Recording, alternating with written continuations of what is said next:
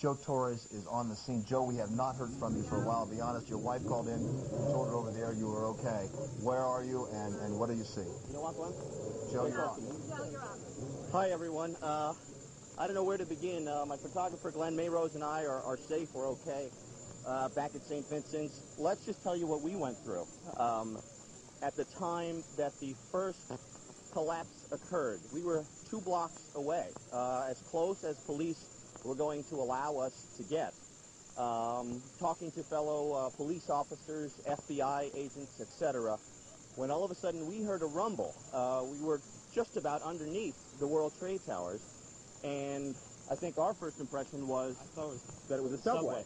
We thought it was a subway, and that if this was a terrorist attack, that they had attacked, obviously, the World Trade Center up high, and that something was going to happen down low. It felt like an earthquake.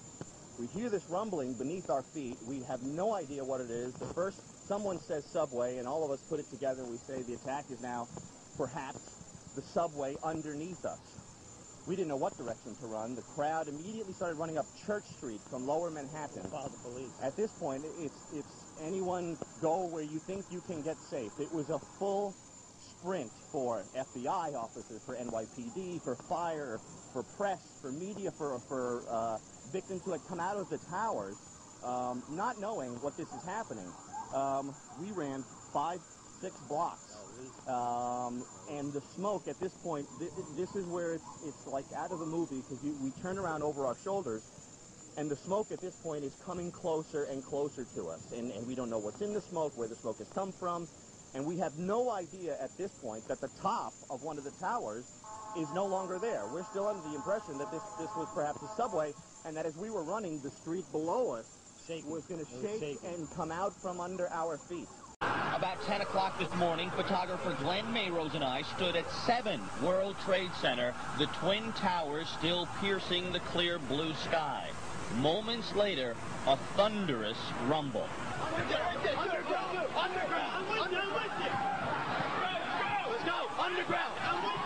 We started running north on Church Street alongside police officers, FBI agents, emergency workers. We thought the ground below was about to explode. It seems now the sound we heard were the floors of the South Tower collapsing as the skyscraper tumbled to the ground. The expanding cloud of smoke and debris chasing us up the street. I screamed at Glenn, weighed down with his camera, batteries, and tapes, to keep moving. Come on, Glenn, you can do it, Glenn. 5-6 blocks later, we stopped, our hearts racing, people crying, others gasping for air. As we caught our breath, Kevin McNeil explained to us how he got off the 85th floor. Felt like a bomb went off. Smoke, everything was flying. We just had a hard time finding a way out. We found it, down we came. Still on Church Street, thinking we were safe, we did an interview with a Port Authority engineer who worked on the 72nd floor of number 1 World Trade Center. We never finished the interview. It's a very strong building, as you remember from the blast the last time. So, But what does it take as an engineer to do the...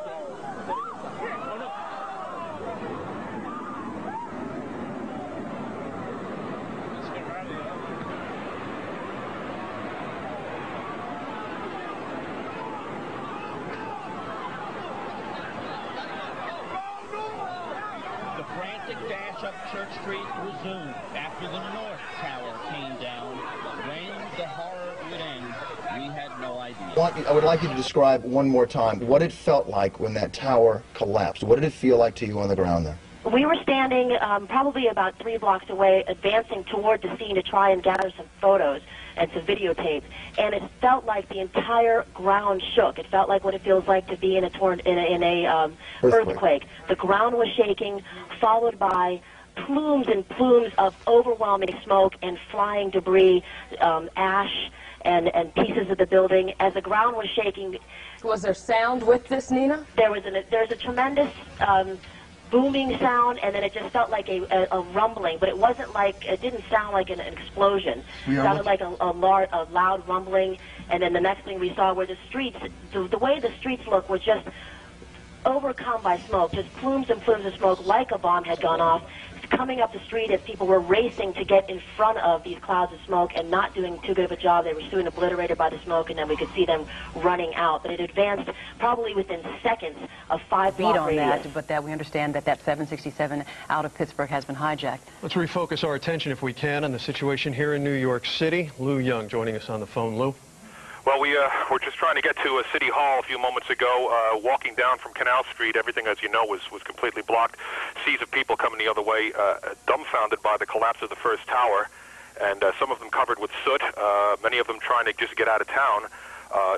City Hall, of course, was blocked off at that point because it was literally in the shadow or the potential fall zone of the second tower, which was at that point in danger of falling.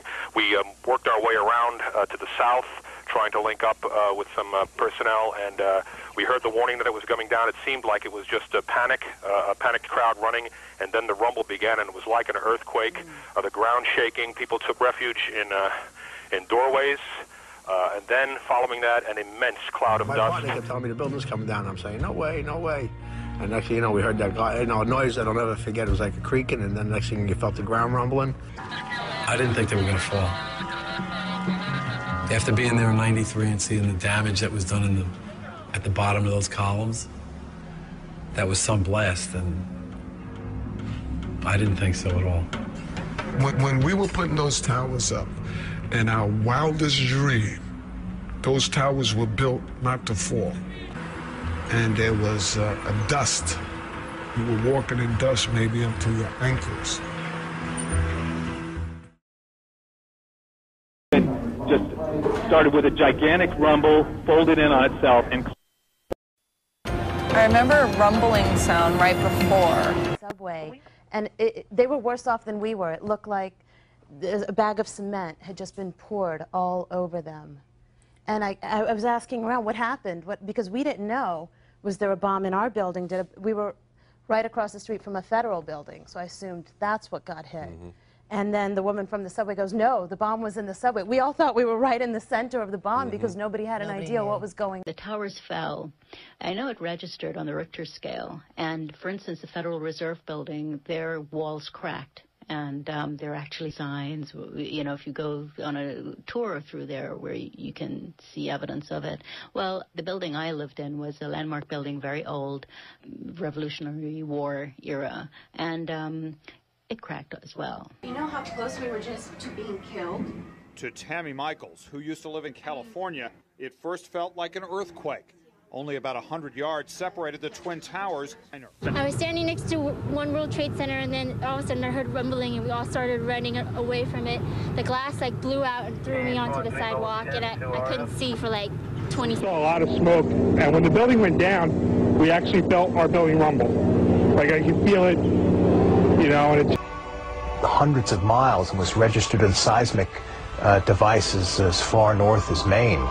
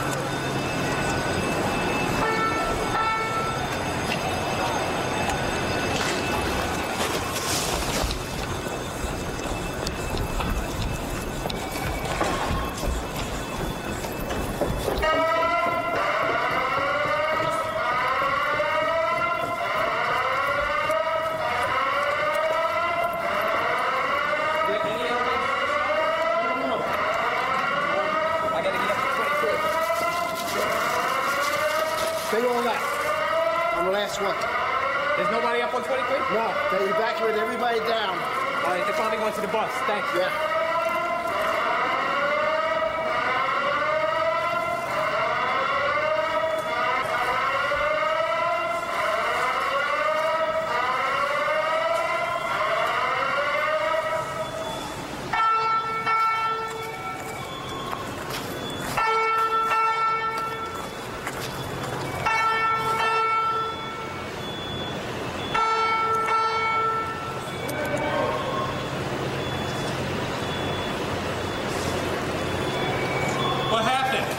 Did the side of the building come down?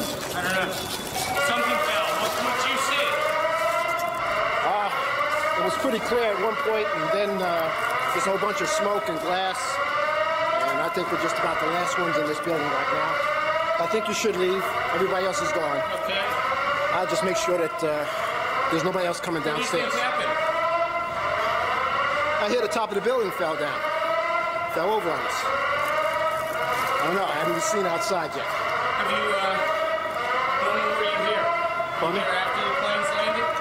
As a matter of fact, we're standing right underneath 6th World Trade when the building actually, the plane hit it the first time. Describe it. Yeah, a plane, the engine screaming, and then just an explosion. Glass, then everybody was running around trying to get away. Have your name and spell it? Bennett, B-E-N-N-E-T-T-E. Sergeant? No, Secret Service. Secret Service? How do you want your title? OST. OST, thank you. All right.